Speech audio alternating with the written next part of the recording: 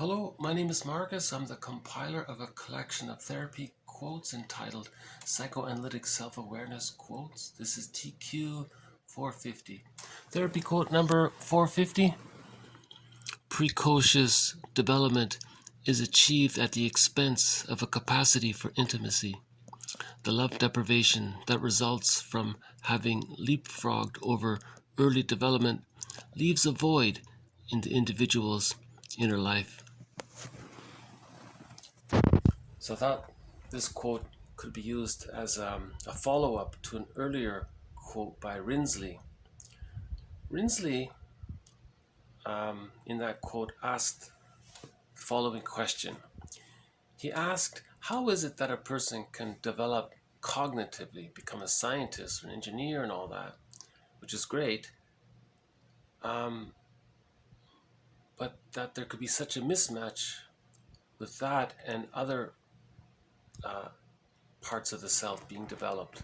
Like, how is there that split between cognitive development and, say, the ability to be in a love relationship with someone? Because that would be a sign of emotional development or psychic health, or right? So how does that split take place, he was saying.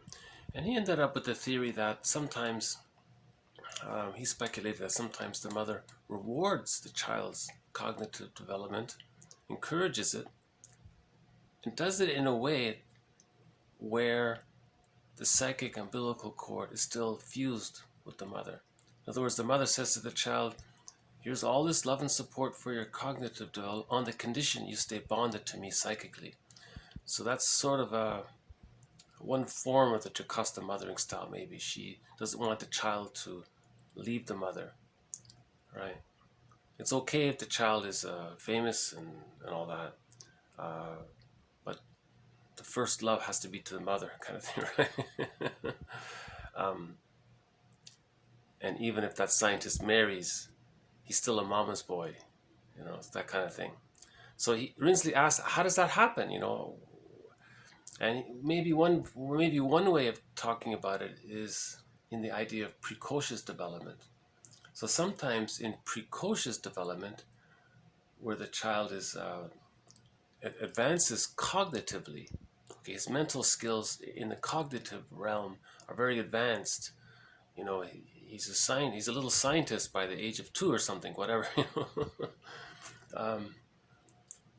But sometimes the one byproduct of that can be maybe that the child leapfrogged over the psychic development. In psychic development, the child moves through the psychic phases of the separation individuation process, symbiosis, practicing symbiosis differentiation, practicing rapprochement, object constancy, that's the whole object relationships, and then the psychological birth from there, right? And then from there you have the capacities of the real self, and one of the capacities of the real self is the ability to form close, loving, warm, genuine, intimate relationships where the marriage becomes like fine wine. So there's the development there of the psychic emotional development can lead to a happy love life where the marriage becomes better and better with age.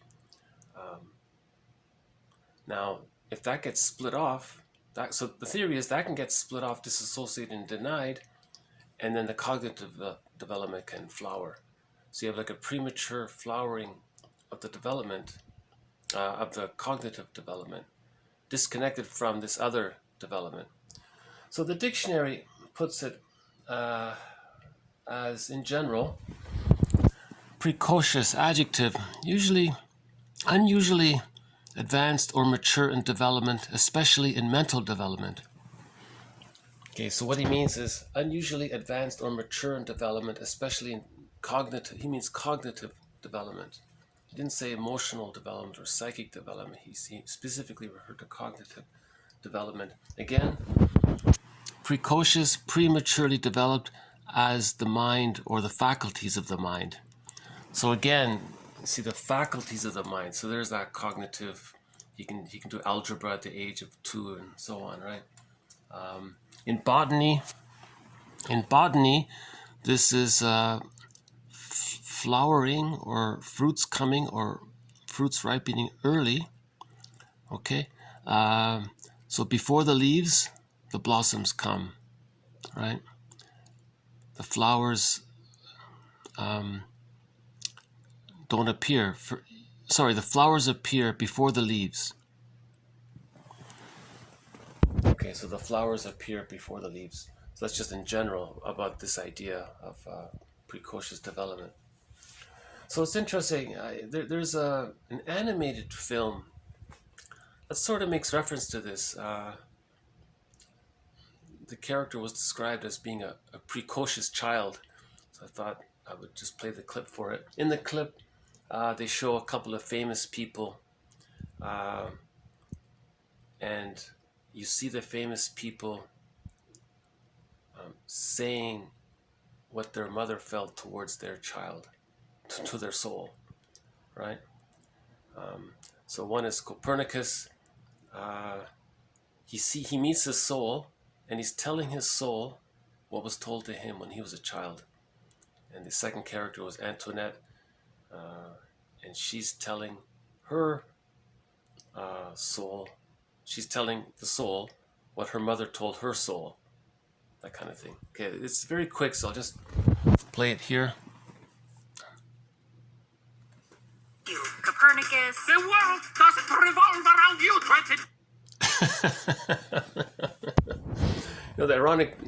The humor about this little scene is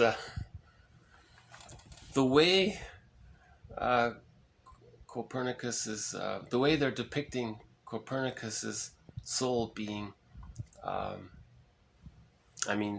psychic development being undeveloped at the expense of cognitive development. He's saying it's as if the mother said to him, look, you're not so important. The world doesn't revolve around you.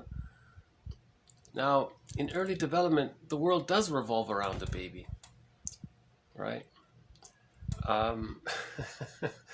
And Copernicus is the guy, here's the joke, Copernicus is the guy that created humanity's first narcissistic injury. He's the one that told everyone that the earth is not the center of the universe. So that was an insult to humanity's narcissistic pride, thinking that earth is the center of everything. Earth is not the center of everything, right? We move around the sun, right?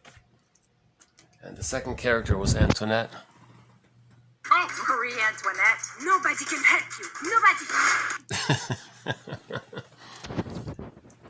So Antoinette is saying, Antoinette meets a representation of her soul, and she's telling the soul what happened.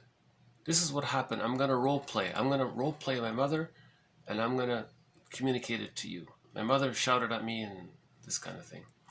So this character is called character 22. The personification of that is that the person can become a little hardened or a little cynical. For example, she says, Don't worry, you can't crush a soul here. That's what life on Earth is for. Yes, so she's saying, that's what life on Earth is for. So she's cynical. So precocious development can lead to cynicism, as in that quote. She says, that's what life on Earth is for. It's to crush. That's what's going to happen. Your soul's going to get crushed. Right? But she's the voice of the scientists, Copernicus and Antoinette, and even Teresa was a hero. So some famous people have great achievements. But so there's the splitting. So we're back to Rinsley. Why is there this split between cognitive success or fame and outer success and the inability to form a simple, kind, caring friendship with another human being or something, or with another, or a marriage, to be happy in a marriage? Yeah, maybe a lot of famous men don't have friends with other men. They just stay with women all the time, apparently, right? Or it's maybe same with women. Maybe they only have male friends. So some famous women don't have other female friends or something like that. So why is the realm of love and the realm of work, why is it separated? How does the splitting take place? The original quote was, happiness is where you're happy in love and work together. Well, you have both. Doesn't mean it at the same time. You have both. You're happy in work and you're happy in love. Why is it that sometimes we're only happy in work and not happy in love? So one theory is about precocious development. Rinsley is saying, as mentioned before, that the mother has her developmental trauma. She wants to parentify the child, make the child dependent on her to meet her dependency needs. And the way one form that can take is where she supports the child's success. So that gives her narcissistic pride as well. That's fine. But the agenda on the mother's part is to keep the child bonded to her. And if the child is bonded to her psychically, emotionally, and the child doesn't develop whole object relations, okay, see, whole object relations is needed for intimacy, mutual relating with another person. So if the child doesn't have whole object relations, they're not going to be successful in marriage, right?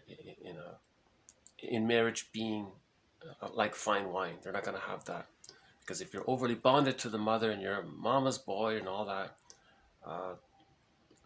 you can't love another person, because that would be emotionally, psychically being disloyal to the mother, and that would trigger feelings of abandonment from the mother. All right. So that's the theory about the splitting there between success in work and unsuccess in love, put it that way. Okay, so just once more very quickly. TQ 450, precocious development is achieved at the expense of a capacity for intimacy, the love deprivation that results from having leapfrogged over early development leaves a void in the individual's inner life.